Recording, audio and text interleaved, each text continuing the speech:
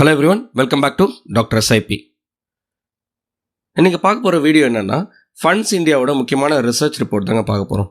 இதில் வந்து அவங்க 30 டாப் ரேட்டட் ஃபண்ட்ஸ், ஒரு நல்ல ஒரு ஸ்டார் ரேட்டட் ஃபண்ட்ஸை வந்து 3 இயர் பீரியடில் அனலைஸ் பண்ணியிருக்காங்க. 2009லேருந்து 2022 வரைக்கும் அனலைஸ் பண்ணி அதோட ரிசல்ட் சொல்லியிருக்காங்க. இதில் என்ன சொல்கிறாங்கன்னா, பாஸ்ட்டில் வந்து ஸ்டார் ரேட்டட் இந்த ஃபண்ட் வந்து ஃபியூச்சரில் வந்து அதே மாதிரி பர்ஃபார்மன்ஸ் இருந்ததில்லை.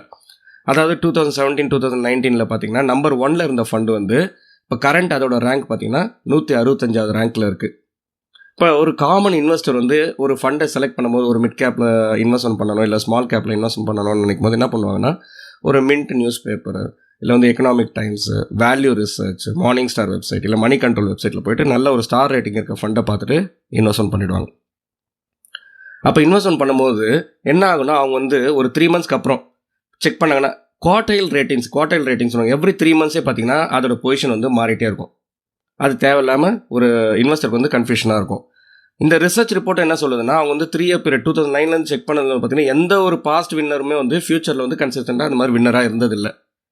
அப்போ இதுக்கு என்ன தான் சொல்யூஷன் அப்படின்னு கேட்டிங்கன்னா, நம்ம வந்து எந்த ஒரு பர்டிகுலர் மியூச்சுவல் ஃபண்ட் ஸ்கீமை நம்பி நம்ம ரிட்டர்ன்ஸில் இன்வெஸ்ட்மெண்ட் பண்ணக்கூடாதுங்க. அதாவது ஒரு ஸ்மால் கேப் ஃபண்டாக வெறும் ஒரு ஸ்மால் கேப் ஃபண்டில் மட்டும் நம்மளோட இன்வெஸ்ட்மெண்ட் இருக்கக்கூடாது. இன்வெஸ்ட்மெண்ட் இருந்துச்சுன்னா அதோட ரிட்டர்ன்ஸ் நம்மளால் எக்ஸ்பெக்ட் பண்ண முடியாது. அதே மாதிரி நம்ம வந்து ஒவ்வொரு டைமும் நம்ம வந்து ஸ்டார் ரேட்டிங்கை வச்சு பேஸ் பண்ணிவிட்டு நம்ம வந்து ஒவ்வொரு ஏஎம்சிலேருந்து நம்ம மாறிக்கிட்டே இருக்கோம். இது நம்ம வந்து 6 மந்த்லியோ இல்லை குவார்ட்டர்லியோ இல்லை இயர் ஆன் இயர் நம்ம செக் பண்ணிவிட்டு ஸ்டார் ரேட்டிங்கை வச்சுட்டு எது நம்பர் 1 மாறிட்டே இருந்தோம்னாலும் நம்மளோட ரிட்டர்ன்ஸ் வந்து நல்ல ஒரு ரிட்டர்ன்ஸ் இருக்காது.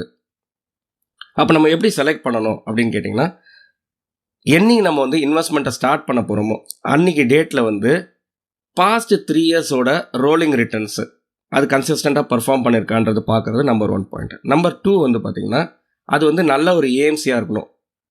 அட்லீஸ்ட் வந்து ஒரு 3 வருஷமாவது ஃபீல்டில் ஆல்ரெடி இருக்கிற ஏஎம்சியாக இருக்கணும். ஒரு standard top AMC, top branded ஏஎம்சியாக இருந்தால் ரொம்ப நல்லதுங்க. அதில் இருக்க ஏயும் பார்த்திங்கன்னா மினிமம் வந்து ஒரு 500 கோடி 500 crores இருக்கணும். அதோட ஃபண்ட் மேனேஜரோட ட்ராக் ரெக்கார்ட் நல்லா இருக்கணும். அதை மட்டும் பார்த்துட்டு நம்ம செலக்ட் பண்ணிட்டோம் அப்படின்னா வந்து நல்ல ரிட்டர்ன்ஸ் கொடுக்குமா? இங்கே தான் நம்மளோட ரிசர்ச் ரிப்போர்ட் சொல்லுது வந்து நம்ம சூஸ் பண்ணுற பாஸ்ட் வின்னர், இப்போ ப்ரெசென்ட் வின்னர் வந்து ஃபியூச்சர் வின்னராக இருக்கும். நம்ம இன்னைக்கு செலக்ட் பண்ணுற ஃபண்ட் வந்து என்ன கேரண்டி நாளைக்கு வந்து ஃபியூச்சர் ரிட்டர்ன்ஸில் அதே மாதிரி கொடுக்கும் அப்படின்னு கேட்டிங்கன்னா, இதுக்கான ஆன்சர் வந்து பார்த்திங்கன்னா டைவர்சிஃபிகேஷன். அதாவது என்னென்னா, நம்ம வந்து ஒரு பர்டிகுலர் மியூச்சுவல் ஃபண்டோ, ஒரு பர்டிகுலர் கேட்டகரியோ, இல்லை ஒரு பர்டிகுலர் ஏஎம்சிலையோ நம்ம வந்து இன்வெஸ்ட்மெண்ட்டை வைக்கக்கூடாதுங்க. டைவர்சிஃபை பண்ணணும். டைவர்சிஃபைனா எப்படி பண்ணணும் அப்படின்னு கேட்டிங்கன்னா, first diversify across all investment style. ஒவ்வொரு கேட்டகரி, ஒவ்வொரு பர்டிகுலர் மியூச்சுவல் ஃபண்டு இல்லை ஒவ்வொரு ஏஎம்சியும் பார்த்திங்கன்னா ஒவ்வொரு இன்வெஸ்ட்மெண்ட் ஸ்டைலில் இருப்பாங்க. அதாவது சில பேர் வந்து வேல்யூ ஸ்டைல் ஆஃப் இன்வெஸ்டிங் வச்சுருப்பாங்க, ஒரு சிலர் வந்து மொமெண்டம் ஸ்டைல் ஆஃப் இன்வெஸ்டிங்கு, ஒரு சிலர் வந்து க்ரோத் ஸ்டைல் ஆஃப் இன்வெஸ்டிங், ஒரு சிலர் வந்து ஹைப்ரிட் ஸ்டைல் ஆஃப் இன்வெஸ்டிங். நம்மளோட இன்வெஸ்ட்மெண்ட்டும் பார்த்திங்கன்னா நம்மளோட இருக்கிற போர்ட்ஃபோலியோ ஆஃப் மியூச்சுவல் ஃபண்ட்ஸு, ஒரு பர்டிகுலர் மியூச்சுவல் ஃபண்ட் எப்படி ரிட்டர்ன் கொடுக்குறதுன்றது முக்கியம் கிடையாதுங்க. நம்ம வந்து ஒரு போர்ட்ஃபோலியோ ஆஃப் மியூச்சுவல் ஃபண்ட்ஸ் வரும்போது ஓவரால் போர்ட்ஃபோலியோட ரிட்டர்ன்ஸ் பார்த்திங்கன்னா நல்ல ரிட்டர்ன்ஸாக இருக்கும் இந்த மாதிரி டைவர்சிஃபை பண்ணும்போது. அது மட்டும் இல்லாமல் நம்மளோட போர்ட்ஃபோலியோ கண்டிப்பாக இண்டெக்ஸ் ஃபண்டை வந்து இன்க்ளூட் பண்ணிக்கணும் டைவர்சிஃபிகேஷனுக்கு. இது மட்டும் இல்லாமல் செக்டர் வைஸும் நம்மளோட டைவர்சிஃபிகேஷன் இருக்கணும். நம்ம இன்வெஸ்ட்மெண்ட் பண்ணுற ஒரு சிலர் பார்த்திங்கன்னா 2-3 ஸ்கீமில் இன்வெஸ்ட்மெண்ட் பண்ணுவாங்க, ஆனால் அதுக்குள்ளே போய் ஹோல்டிங்ஸ் பார்த்திங்கன்னா எல்லாமே சேமாக இருக்கும். ஸோ இதெல்லாம் நம்ம என்ன புரிஞ்சுக்கணும்னா, இப்போ இந்த சார்ட் வந்து பார்த்திங்கன்னா ஒரு பர்டிகுலர் செக்டர் வந்து எல்லா வருஷமும் வந்து கன்சிஸ்டண்டாக பெர்ஃபார்ம் பண்ணதில்லை. அதோட பெர்ஃபார்மன்ஸும் வேரி ஆகிட்டே இருக்குது. அதே மாதிரி நம்மளோட இன்வெஸ்ட்மெண்ட் ஸ்டைல்லையும் பார்த்திங்கன்னா எல்லா செக்டரும் கவர் ஆகிற மாதிரி இருக்கணும். நம்ம இன்வெஸ்ட்மெண்ட்டோட டைவர்சிஃபிகேஷன் பார்த்திங்கன்னா ரியாலிட்டி செக்டர்லேயும் இருக்கணும், யூட்டிலிட்டிஸ்லேயும் இருக்கணும், எஃப்எம்சிஜியில் இருக்கணும், ஹெல்த் கேரில் இருக்கணும், ஃபார்மாவில் இருக்கணும், ஐடி செக்டரில் இருக்கணும், பேங்கிங் செக்டர் இருக்கணும், டெலிகாம் செக்டரில் இருக்கணும், யூட்டிலிட்டிஸில் இருக்கணும். அந்த மாதிரி வந்து ஒரு டைவர்சிஃபைடாக இருந்துச்சுன்னா ஓவரால் போர்ட்ஃபோலியோ ரிட்டர்ன்ஸ் வந்து at any point of time வந்து நல்ல ஒரு ரிட்டர்ன்ஸாக இருக்கும். அது மட்டும் இல்லாமல் ஒரு பர்டிகுலர் கேட்டகரி ஒரு செட் ஆஃப் இன்வெஸ்டர்ஸ் இருப்பாங்க, ஸ்மால் கேப் நல்ல ஒரு ரிட்டர்ன்ஸ் கொடுத்துருக்கு அப்படின்னா உடனே வந்து அவங்களோட ஃபுல் இன்வெஸ்ட்மெண்ட் பார்த்திங்கன்னா ஸ்மால் கேப்பில் இருக்கணும். இந்த சார்ட்டில் பார்த்திங்கன்னா கிளியராக தெரியும், ஒரு சில டைம் பார்த்திங்கன்னா மிட் கேப் நல்லா பர்ஃபார்ம் பண்ணியிருக்கு, ஒரு சில டைம் வந்து ஸ்மால் கேப் நல்லா பர்ஃபார்ம் பண்ணியிருக்கு, லார்ஜ் கேப் நல்லா பண்ணிருக்கு. இப்போ லார்ஜ் கேப் பார்த்திங்கன்னா 2011 2013 2018 2019 2022 லார்ஜ் கேப் நல்லா பண்ணியிருக்கு. 2020 2021 பார்த்திங்கன்னா ஸ்மால் கேப் நல்லா பண்ணியிருக்கு. அதுக்கு முன்னாடி 2017 நல்லா பண்ணியிருக்கு. அதனால் வந்து ஒவ்வொரு கேட்டகரி ஆஃப் ஃபண்ட்ஸுமே பார்த்திங்கன்னா அதோட பர்ஃபார்மன்ஸும் சேஞ்ச் ஆகிட்டே இருக்குது. ஸோ நம்மளோட போர்ட்ஃபோலியோவில் வந்து லார்ஜ் கேப்பும் இருக்கணும், மிட் கேப்பும் இருக்கணும், ஸ்மால் கேப்பும் இருக்கணும். அப்படி இல்லைன்னா அட்லீஸ்ட் ஒரு ஃப்ளெக்ஸி கேப், ஒரே ஒரு ஃபண்டாக நம்ம வைக்கிறோம்னா ஒரு ஃப்ளெக்ஸி கேப் கேட்டகரி மாதிரி நம்ம இன்க்ளூட் பண்ணிக்கலாம். அது மட்டும் இல்லாமல் டைவர்சிஃபை அக்ராஸ் ஜியாகிரஃபிஸ். இப்போ வந்து நம்மளோட கம்ப்ளீட் இன்வெஸ்ட்மெண்ட் பார்த்திங்கன்னா எல்லாமே வந்து இந்தியாவில் இருக்கக்கூடாதுங்க. இந்தியாவோட க்ரோத் கண்டிப்பாக நல்லாயிருக்கும். ஒரு 80% 80 to 90% நம்ம வந்து நம்ம ஈக்விட்டி வந்து இந்தியன் ஈக்விட்டிஸில் இருக்கலாம். அது மட்டும் இல்லாமல் யூஎஸ், சைனா அந்த மாதிரி வேர்ல்டு வைடு குளோபலி நம்மளோட இன்வெஸ்டிங் இருக்கணும். இப்போ கேட்டிங்கன்னா கண்டிப்பாக வந்து நம்மளோட இன்வெஸ்ட்மெண்ட் வந்து யூஎஸில் கேட்டிங்கன்னா யூஎஸில் இருக்க இண்டெக்ஸ் ஃபண்ட் S&P 500, அப்புறம் டெக்னாலஜி ஓரியன்ட் ஃபண்ட் NASDAQ 100லாம் நம்மளோட இன்வெஸ்ட்மெண்ட் கண்டிப்பாக டைவர்சிஃபைடாக இருக்கணும். இது ரொம்ப முக்கியமான சார்ட்டுங்க. Winners keep changing across asset classes. அதாவது நம்மளோட இன்வெஸ்ட்மெண்ட் பார்த்தீங்கன்னா எல்லா அசெட் கிளாஸஸும் கவர் பண்ணுற மாதிரி இருக்கணும்.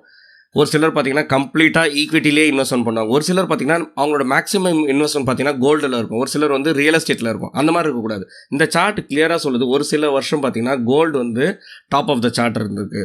ஒரு சில டைம் பார்த்தீங்கன்னா ஈக்விட்டி நல்லா இருந்திருக்கு. அந்த ஈக்விட்டியில் கூட பார்த்தீங்கன்னா இந்தியன் ஈக்விட்டி ஒரு சில டைம் நல்லா பர்ஃபார்ம் பண்ணியிருக்கு, யூஎஸ் ஈக்விட்டி நல்லா பர்ஃபார்ம் பண்ணியிருக்கு. ஸோ நம்மளோட போர்ட்ஃபோலியோவில் பார்த்தீங்கன்னா mix of all asset classes இருக்கணும். இந்தியன் ஈக்விட்டிலையும் இருக்கணும், யூஎஸ் ஈக்விட்டிலையும் இருக்கணும், கோல்டில் இருக்கணும், ரியல் எஸ்டேட்லையும் கண்டிப்பாக நம்மளோட இன்வெஸ்ட்மெண்ட் இருக்கணும். அது மட்டும் இல்லாமல் டெட்டு ரொம்ப முக்கியங்க. பாண்ட்ஸ்லேயும் நம்மளோட இன்வெஸ்ட்மெண்ட் இருக்கணுங்க. லாஸ்ட் வீடியோவில் வந்து இதை பற்றி நம்ம கிளியராக இப்போ எக்ஸ்பிளைன் பண்ணியிருப்போம். அசெட் அலோகேஷன் எவ்வளோ இம்பார்ட்டன்ட்டு, ப்ராஃபிட் புக்கிங் எப்படி பண்ணுறது. இப்போ வந்து ஈக்விட்டி நல்லா பர்ஃபார்ம் பண்ணினா ஒரு சிலருக்கு வந்து தெரியும் இப்போ நம்ம ப்ராஃபிட் புக் பண்ணலாமா இல்லையா வெயிட் பண்ணிகிட்டே இருப்பாங்க. அதுக்கப்புறம் பார்த்தீங்கன்னா ஒரு பீரியட் ஆஃப் டைமில் பார்த்தீங்கன்னா திரும்ப ஈக்விட்டி மார்க்கெட் கீழே விழுந்துடும். அப்புறம் வந்து ப்ராஃபிட் எப்போ தான் நான் புக் பண்ணுறது, அந்த மாதிரி நிறைய இன்வெஸ்டர்ஸ்க்கு கன்ஃபியூஷனாக இருக்கும். ஸோ அவங்க வந்து ஒரு அசெட் அலோகேஷன் அவங்க வந்து டிசைட் பண்ணியிருந்தாங்க. என்னோட போர்ஷன் ஆஃப் ஈக்விட்டி இவ்வளோ இருக்கணும், டெட் இவ்வளோ இருக்கணுன்றது டிசைட் பண்ணியிருந்தாங்கன்னா அவங்களுக்கு வந்து ரீபேலன்ஸ், போர்ட்ஃபோலியோ ரீபேலன்ஸ் பண்ணுறது ஈஸியாக இருக்கும். இயர்லி ஒன்ஸ் வந்து கண்டிப்பாக ஒவ்வொரு இன்வெஸ்டரும் அவங்களோட போர்ட்ஃபோலியோவை ரிவ்யூ பண்ணிக்கணும்.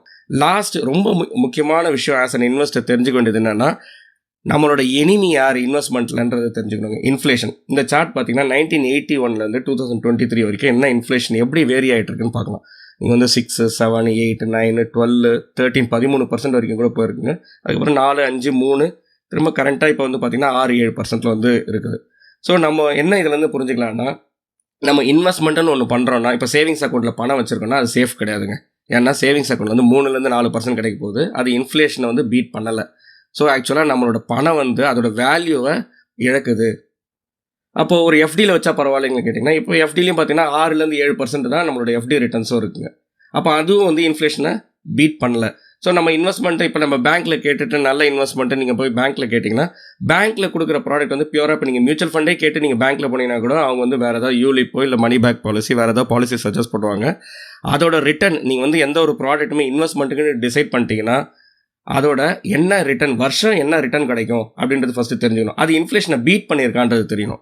அப்படி நீங்கள் வந்து most of the bank related products இல்லை LIC product, Bajaj finance, HDFC finance அந்த மாதிரி ப்ராடக்ட்ஸ்லாம் நீங்கள் போய் பார்த்தீங்கன்னா இன்சூரன்ஸும் இன்வெஸ்ட்மெண்ட்டும் மிக்ஸாக இருக்கும். அந்த இன்சூரன்ஸ் இன்வெஸ்ட்மெண்ட் மிக்ஸாக இருக்கிற ப்ராடக்ட் பார்த்தீங்கன்னா உங்களுக்கு வந்து இன்சூரன்ஸும் கம்ப்ளீட்டாக கொடுக்காது. அதோட இன்வெஸ்ட்மெண்ட்டோட ரிட்டர்ன்ஸும் பார்த்தீங்கன்னா இன்ஃப்ளேஷனை கண்டிப்பாக பீட் பண்ணியிருக்காது. ஒரு 3, 4, 5% தான் வந்து IRR ரிட்டர்ன்ஸ் இருக்கும். ஸோ நம்மளோட இன்வெஸ்ட்மெண்ட் எப்படி இருக்கணும், கண்டிப்பாக ஒரு இருக்கிற அந்த பர்டிகுலர் இயரில் இன்ஃப்ளேஷனை பீட் பண்ணாமல் இருக்கணும். நம்மளோட இன்வெஸ்ட்மெண்ட் எல்லாமே ஒரு 8%, 9%, 10% மேலே நமக்கு வந்து கொடுக்குற மாதிரி ரிட்டர்ன்ஸ் இருந்துச்சுன்னா தான் அது ஒரு நல்ல ஒரு இன்வெஸ்ட்மெண்ட். இதோட நம்ம இந்த வீடியோட எண்டுக்கு வந்தாச்சு. இந்த வீடியோ பிடிச்சிருக்க நம்புகிறேன். இந்த வீடியோ பிடிச்சிருந்தா கண்டிப்பாக லைக் பட்டனை ப்ரெஸ் பண்ணுங்கள். அது எனக்கு ரொம்ப மோட்டிவேட்டிங்காக இருக்கும். இது வரைக்கும் நம்ம சேனலை சப்ஸ்கிரைப் பண்ணாதவங்க சப்ஸ்கிரைப் பண்ணிக்கங்க. இன்னொரு இன்ட்ரெஸ்டிங்கான வீடியோவில் வந்து திரும்ப வந்து உங்களை மீட் பண்ணுறேன். தேங்க்யூ ஃபார் வாட்சிங். Happy investing.